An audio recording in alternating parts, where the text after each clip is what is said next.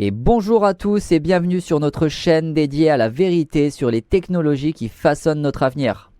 Aujourd'hui, nous allons explorer ensemble la réalité méconnue des voitures électriques, ces véhicules présentés comme la solution miracle pour notre planète. Derrière le marketing écologique se cache une vérité que peu osent révéler. Une batterie standard de 75 kWh, comme on en trouve dans la plupart des voitures électriques modernes, nécessite l'extraction de près de 75 tonnes de minerais bruts. Ces chiffres alarmants sont rarement mentionnés dans les discussions sur la mobilité durable. Le processus commence dans des mines à ciel ouvert, où des quantités phénoménales de terre sont remuées pour extraire que quelques kilos de matériaux précieux. Au Chili, dans le désert d'Atacama, l'extraction du lithium consomme jusqu'à 2 millions de litres d'eau pour obtenir une seule petite tonne de ce métal essentiel. Cette exploitation intensive assèche des régions entières, compromettant l'accès à l'eau des populations locales. En République démocratique du Congo, l'extraction du cobalt, composant essentiel des batteries, se fait souvent dans des conditions inhumaines. Des enfants s'aventurent quotidiennement dans des tunnels creusés à la main, sans protection, respirant des poussières toxiques pour quelques euros par jour. L'empreinte carbone de la fabrication d'une batterie est également considérable, générant jusqu'à 20 tonnes de CO2 avant même que le véhicule ne quitte l'usine. Ces émissions massives sont produites principalement dans des usines alimentées par des centrales à charbon en Chine. La vérité est que la production d'une voiture électrique peut émettre autant de carbone que plusieurs années d'utilisation d'un véhicule thermique. Si vous appréciez ces informations cruciales que les médias traditionnels refusent d'aborder, n'hésitez pas à vous abonner et à activer la cloche de notification. Votre soutien nous donne vraiment beaucoup de force de continuer à dévoiler ces réalités inconfortables et de résister aux pressions des lobbies industriels. Ensemble, nous pouvons faire entendre la voix de la vérité dans un paysage médiatique dominé par les intérêts financiers. Revenons à notre sujet, car les problèmes ne s'arrêtent pas à la production. Les protocoles de test WLTP, censés mesurer l'autonomie des véhicules électriques, représentent peut-être la plus grande mystification de l'industrie automobile moderne. Ces tests s'effectuent dans des conditions idéales qui n'existent pratiquement jamais dans la réalité quotidienne des conducteurs. Température parfaite, conduite à vitesse modérée, absence totale de chauffage ou de climatisation. Un scénario fantaisiste déconnecté de votre usage réel. En conditions hivernales, lorsque le mercure descend sous les 5 degrés Celsius, l'autonomie des batteries lithium-ion s'effondre littéralement. Les batteries révèlent alors leur extrême sensibilité aux basses températures qui peuvent amputer jusqu'à 40% de leur capacité. Vous achetez un véhicule annoncé avec 450 km d'autonomie, mais un matin de décembre, l'ordinateur de bord n'affiche plus que 270 km. Activez le chauffage, nécessité vitale en hiver, et 30 à 50 km supplémentaires s'évaporent instantanément. Sur autoroute, à 130 km/h, bien au-delà des vitesses modérées des tests WLTP, la consommation énergétique explose.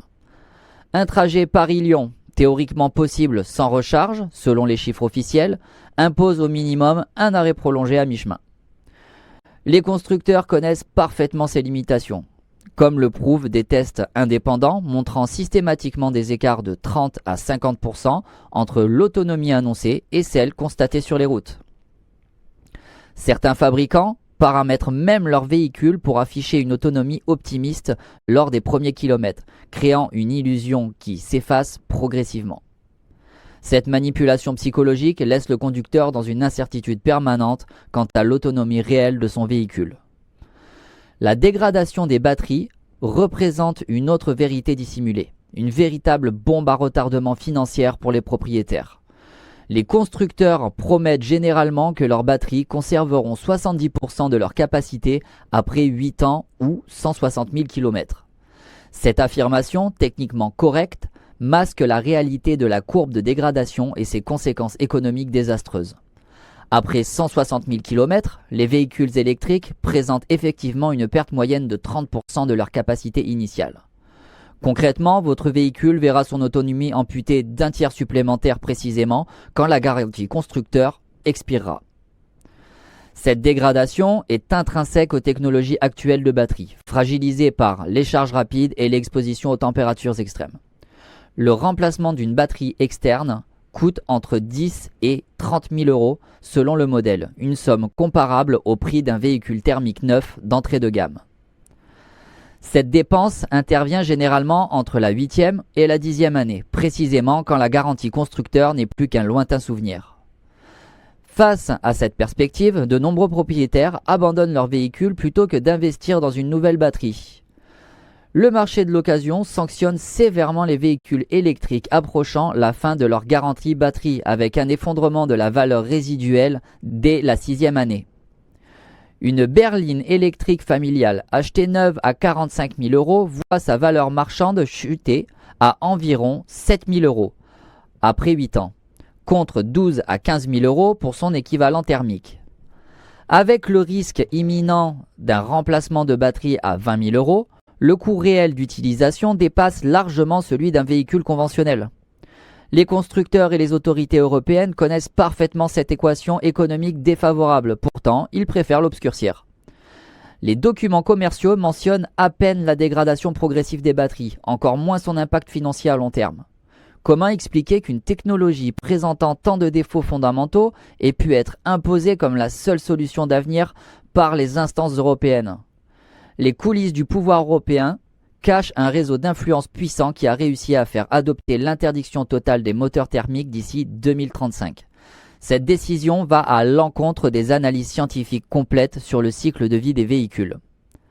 Des études démontrent même que certaines alternatives, notamment les moteurs thermiques optimisés ou les technologies hybrides, présentent souvent un bilan environnemental global plus favorable. En considérant l'extraction, la fabrication, l'utilisation et le recyclage, certaines technologies anciennes, optimisées, surpassent l'électrique en termes d'impact écologique total. Ces analyses rigoureuses sont pourtant systématiquement écartées des débats publics et des processus décisionnels. La raison de cet aveuglement tient aux investissements publics et privés massifs déjà engagés dans l'électrification. Les subventions accordées au développement des véhicules électriques dépassent considérablement celles allouées aux technologies alternatives. Ce déséquilibre flagrant dans l'allocation des ressources condamne des solutions prometteuses avant qu'elles n'aient pu démontrer leur potentiel. Les développements technologiques récents dans les carburants synthétiques neutres en carbone ou les biocarburants avancés sont délibérément minimisés. L'hydrogène, qui pourrait constituer une alternative viable pour certains usages, ne reçoit qu'une fraction des investissements consacrés aux batteries. Les moteurs thermiques modernes, dont l'efficience a considérablement progressé, sont injustement stigmatisés malgré leur potentiel d'amélioration continue. L'industrie des biocarburants de deuxième génération, qui entre pas en compétition avec les cultures alimentaires, reste sous-financée malgré des résultats prometteurs. Ces options alternatives pourraient offrir une transition plus pragmatique et plus juste socialement que l'électrification forcée. Une approche véritablement neutre technologiquement permettrait d'explorer toutes les pistes de décarbonation sans imposer une solution unique aux consommateurs. Les premiers signes d'un revirement commencent toutefois à apparaître dans les sphères décisionnelles européennes. Des voix dissidentes, jadis marginalisées, gagnent en puissance alors que la réalité économique et environnementale s'impose face aux ambitions idéologiques.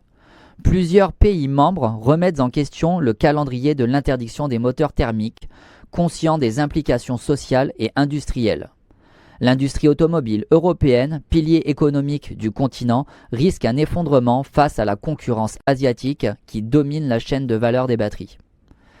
Des centaines de milliers d'emplois sont menacés par cette transition précipitée vers une technologie dont la supériorité environnementale globale reste totalement à démontrer. La dépendance aux matières premières stratégiques, contrôlées par des puissances étrangères, soulève également des questions de souveraineté énergétique. La Chine contrôle actuellement plus de 80% de la chaîne de valeur des batteries, du raffinage des métaux à la production des cellules. Cette concentration géographique présente des risques géopolitiques considérables pour l'Europe, qui échange une dépendance au pétrole contre une dépendance aux minéraux critiques. Face à ces réalités, il devient urgent d'ouvrir un débat public honnête sur les avantages et les inconvénients de chaque technologie de mobilité. Les consommateurs méritent une information transparente sur les coûts réels, l'impact environnemental complet et les contraintes pratiques des véhicules électriques. Une approche pragmatique et diversifiée reconnaissant qu'aucune solution unique ne peut répondre à tous les besoins semble la voie la plus raisonnable. L'avenir de notre mobilité est trop important pour être décidé sur la base d'idéologies ou d'intérêts commerciaux étroits. Seule une analyse scientifique rigoureuse, prenant en compte l'ensemble du cycle de vie des véhicules, peut guider des choix véritablement durables. Merci de nous avoir suivis dans cette exploration des coulisses de la révolution électrique où les apparences sont souvent trompeuses. N'oubliez pas que le véritable pouvoir de changement réside dans toute une information complète et honnête, loin des simplifications excessives et des